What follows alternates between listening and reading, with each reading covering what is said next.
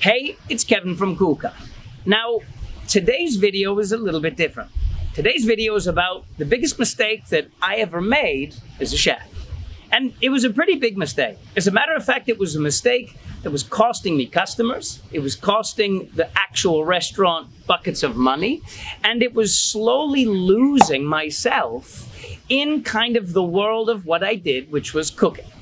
So early on in my career, I worked with many great chefs. Now, there's zero room for creativity. What you're doing essentially is doing their recipes, cooking their food as best as you can.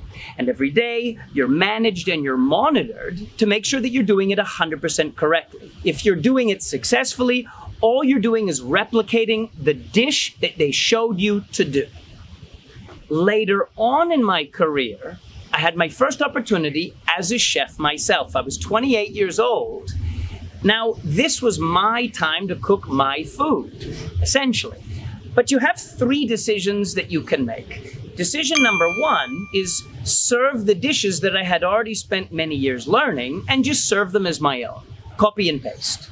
Decision number two, serve the traditional dishes that make each country famous. So countries like Spain or Italy or France, just copy paste those classics. Croquetas, Spanish paella, chipollones and suntinta.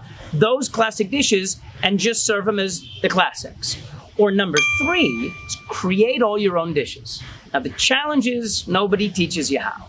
Nobody teaches you how to create. So that was my time to start. And I sucked at it. I mean, I sucked at it.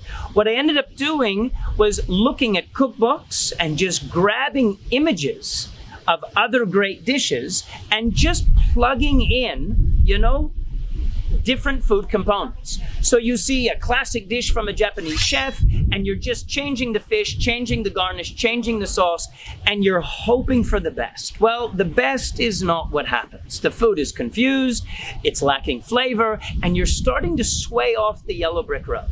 So with this in mind, and knowing that the feedback on the flavor was not where it needed to be, and I wasn't having the success of other chefs that I had worked for because the food, it had no purpose, it had no direction, it had really lost its flavor and lost its personality. So I needed to find a way to get that back.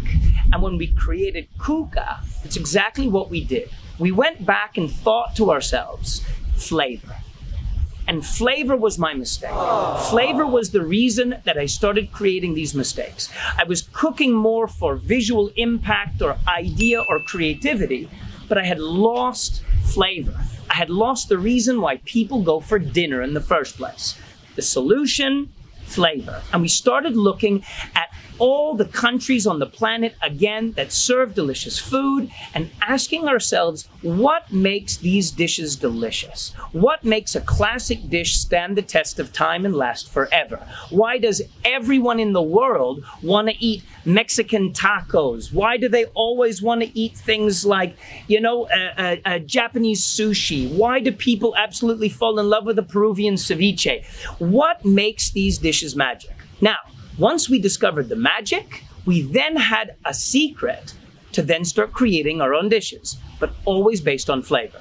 And that's what we did in Cuca. So to answer the lifelong question, my biggest failure as a chef is I lost my direction and I was cooking more for the painting of pictures and the visual beauty of a dish with dots and circles and showing everybody how pretty my food can be, but it was flavorless. And now, we cook purely for flavor, and the magic, always, the presentation, it's an afterthought. Food needs to be pretty, but it also needs to be dinner.